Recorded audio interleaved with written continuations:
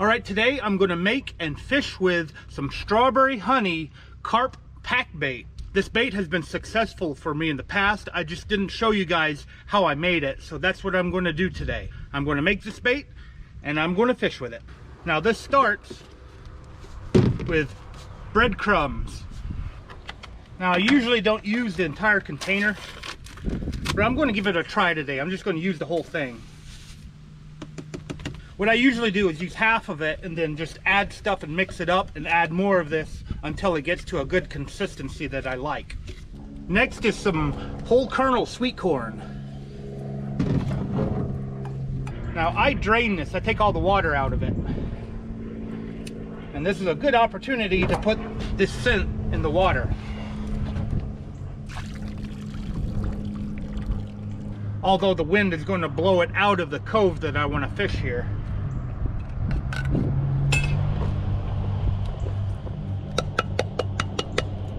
And next is some cream style corn.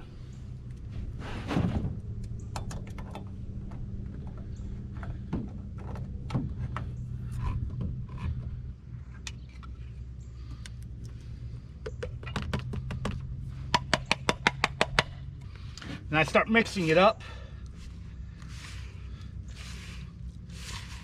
You just keep kneading it until it's a doughy consistency. And then I add my secret weapon, strawberry honey. You can use regular honey as well. I just found this on sale.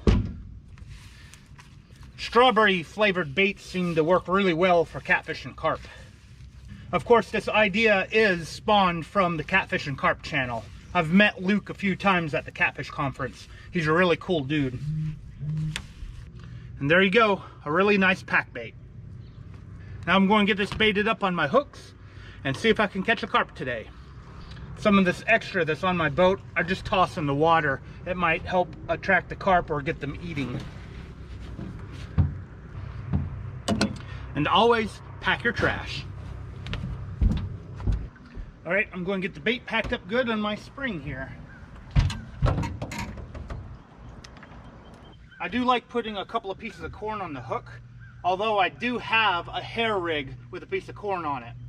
That hair rig allows the carp to suck in the bait, and then when they feel the hook, they try to spit it out, but instead of spitting out the hook, they get hooked. At least that's the way it's supposed to work. It doesn't always work that way. And this bait is a lot drier than what I normally use, so putting that whole thing of bread in there might have been a bad idea. And right there is a nice piece of bait.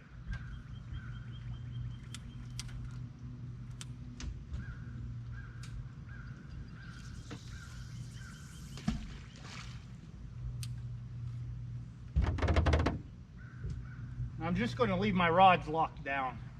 I'm not going to use bait runners or anything. Another one packed up ready to go.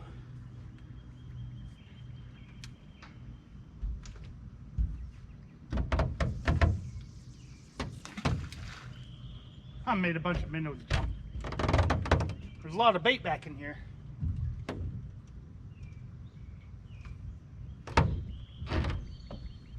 Now this one doesn't have a hair rig. It looks like it fell off. I'm just going to put corn on it and see what happens.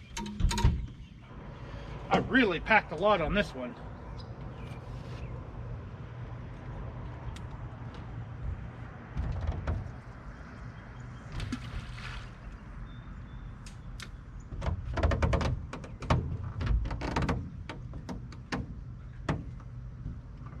Now it's a waiting game.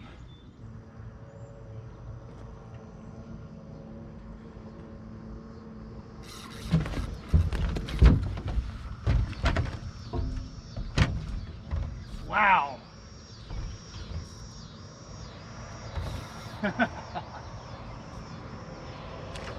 Oh, he got off. Oh man. He didn't break the hook. Wow. He hit that really, really hard. Been waiting here a while too. Hoping for a carp to hit. That was the deeper water out there.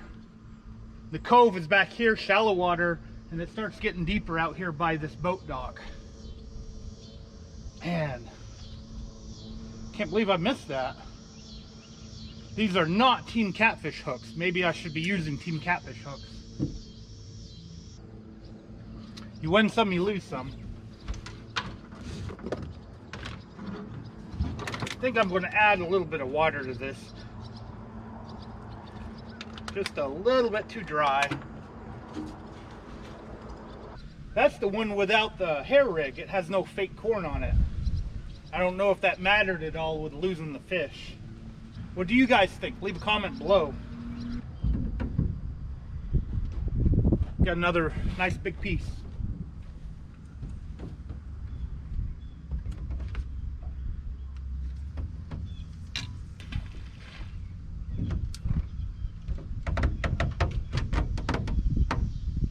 I think I checked these. Been in water long enough. Maybe all the dough is off of it. And maybe not. Still quite a bit left on this one.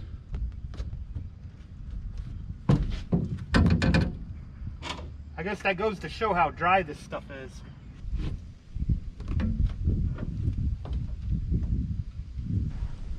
Nice piece for the cove.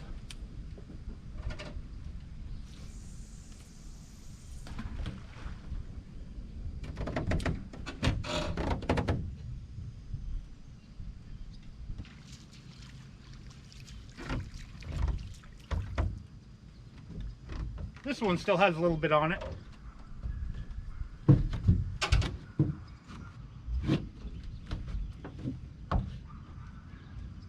Maybe I'll put this one out a little bit deeper.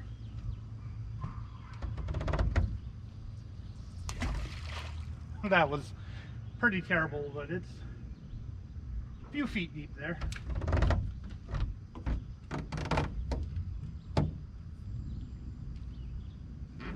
Hopefully I won't miss the next one. Oh, oh, oh.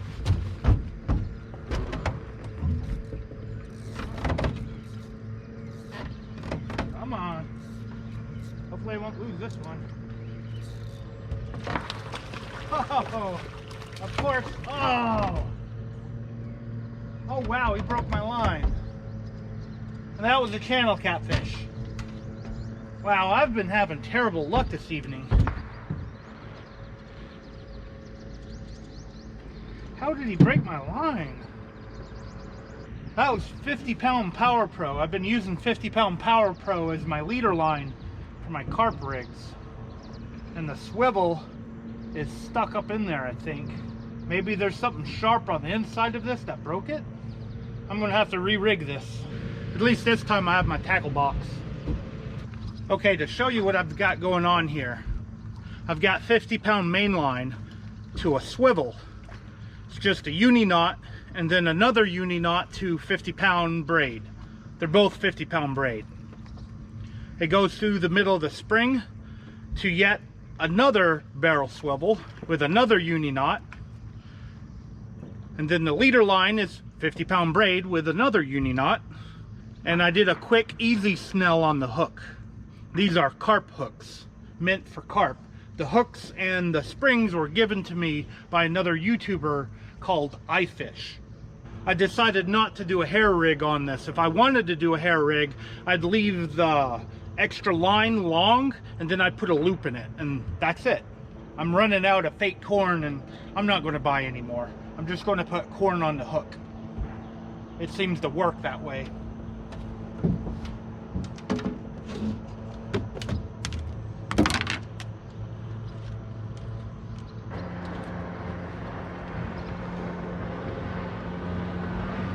See, I put a couple of good pieces of corn on the hook, and then I bury the hook on the side of the dough ball.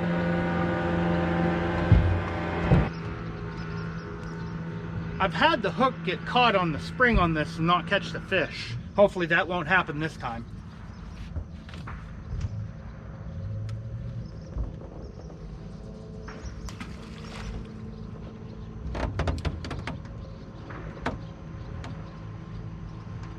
My goal on this video is not to get skunked.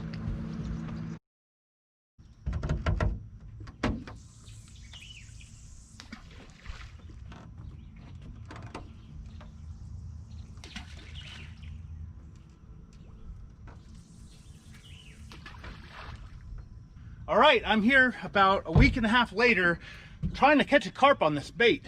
The carp are acting like catfish in the summertime right now. Hopefully I can catch one at this new spot. We got a really big cove here going into a cold water river lake. So this should be a good feeding ground for carp. And I'm hoping for big carp. I would be happy with anything at this point. Hopefully something will drop by.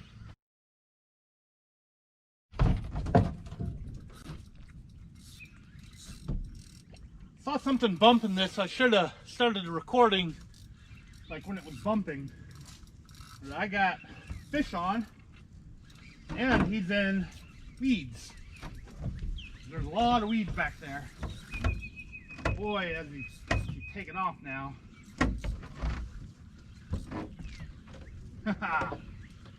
Now hopefully he won't get off the hook. Nice carp.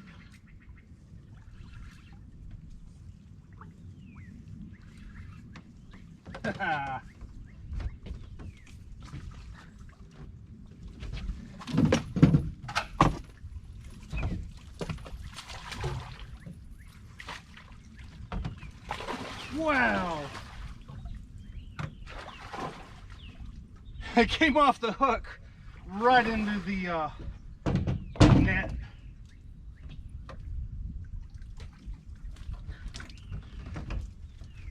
Finally, a carp.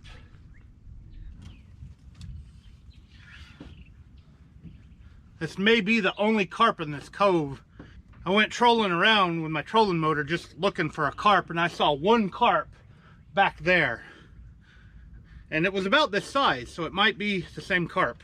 See if I can do a heroic pose here for the thumbnail. He's bleeding pretty good. Even though these are carp hooks, it's got him bleeding pretty good, so I'm going to get him back in the water. But this is a nice carp. Grow up. It looks like that carp literally took the paint off the spring. The spring was completely black when I put it out there, with bait on it, of course. Now I got a really interesting situation here. There's a lot of weeds all around here. And there is like an area where there's no weeds. So you got the bank with weeds and then it stops. It's like a throughway or whatever right there where there's nothing and then a pile of weeds. And that's where I threw this. I put it right in the middle of that freeway or whatever you want to call it. And what I think the carp are doing, they're just swimming in these open areas all through this weed area. Makes me wish I could get these two into an area like that. I have no idea where they are. They could be right in the middle of a weed bed for all I know. I'm going to get more bait on this and put it right back in the same spot. Precision carp fishing.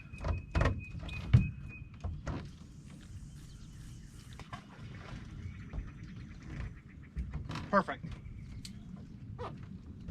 Hopefully there's another carp in this cove to catch. See, same thing starting again. Something's like pecking at it. Last time I was seeing bubbles in the water back there where they were disturbing the bottom of the lake, the bottom of the cove. And it was just pecking at it like this for quite a while, and then I guess it finally got the hook in its mouth and took off and hooked itself. Carp definitely bite in so many different ways. I've seen it where they've grabbed it and just absolutely just took off with no indication that they were there. And then other times you know that they're there and you have to reel down or set the hook to actually catch them. And I was actually considering doing that earlier, but I decided just to leave it, let it find the hook on its own, which I'm doing the same thing here. This might take a while. But I do see bubbles now, so there's something back there doing something. And the sun is wanting to come out, so I'm getting close to these trees, trying to get a little bit of shade here. It is getting kind of hot out. I do miss winter time. My finger. Come on. Come here. Come on. Land on my finger.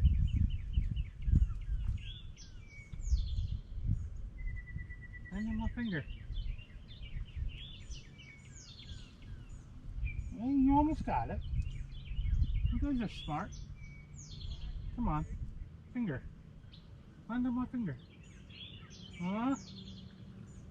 Finger. Huh?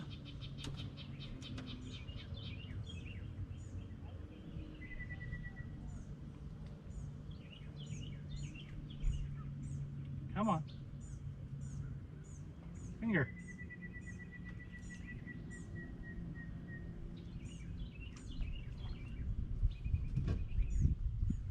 Alright, it's been over an hour since anything's happened to that rod.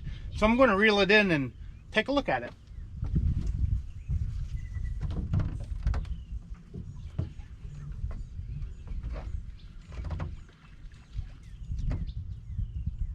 Still has a bunch of bait on it. Whatever it was, it ate from one side of it. It might have been a bluegill, it could have been minnows. Who knows in these waters? Maybe it was crawfish. I think I'm going to call it and head back to the ramp. They're calling for thunder showers this afternoon, and I don't have any internet access out here, so I can't see what's on the radar, and I can't see what's north of me right now because all of these bushes. Everything's coming from the north at the moment, and that's where the thunderstorms would come from. So I'm just going to play it safe, head back to the ramp. Successfully caught a carp. My bait actually works in the middle of the summer when it's about 100 degrees out. Now I do have some left over, so I might try bank fishing with it another day using my carp pod. I don't remember if I've actually bank fished with these rods and reels with my carp pod. And this is the new style Akuma Avenger on a 6.5 foot Akuma record chaser. This is an alligator gar rod. And so far I've been impressed with these rods. But as always, I want to thank you guys for taking your time out of your day to watch my video. I really appreciate it.